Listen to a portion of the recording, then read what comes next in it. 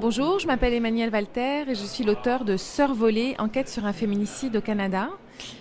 C'est un livre qui, à travers l'histoire de Maisie Odjick et Shannon Alexander, deux adolescentes autochtones disparues en 2008 de Maniwaki au Québec, raconte, décrit, analyse la tragédie des assassinats et disparitions de femmes autochtones au Canada.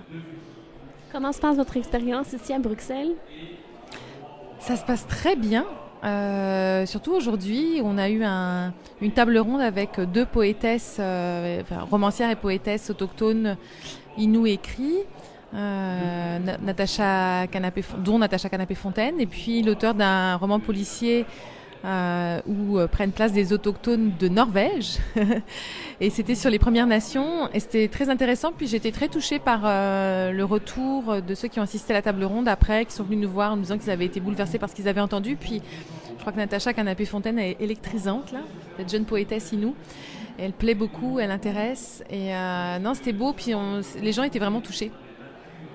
Votre plus récent coup de cœur littéraire? Joseph Boyden, un auteur canadien, dans le grand cercle du monde. J'ai oublié le nom en anglais, je crois que c'est Ononda, qui est un roman que peut-être tous les Canadiens devraient lire. En tout cas, moi, j'ai envie de dire ça, qui décrit la rencontre entre ce qu'on appelait les robes noires, c'est-à-dire un missionnaire, j'ai oublié sa congrégation, un chef huron et une jeune fille mohawk, iroquoise. Et c'est trois destins qui se croisent au XVIIe siècle, dans un climat très violent. Ça raconte la manière dont les missionnaires ont contribué à la destruction des communautés autochtones. Mais c'est bien plus que ça aussi, ce sont des personnages extraordinaires et je le conseille vivement, c'est magnifique. Et quel est le prochain ouvrage que vous voulez lire? J'ai envie de lire Love Medicine de Louise Erdrich, qui est une autre romancière amérindienne du côté États-Unis cette fois-ci, que j'adore.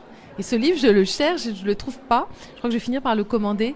Il paraît que c'est merveilleux. En tout cas, je conseille de Louise Erdrich, The Roundhouse, ou en français, ça a été traduit dans Le silence du vent, qui décrit très précisément la violence faite aux femmes amérindiennes, mais aux États-Unis, qui est un roman absolument sublime.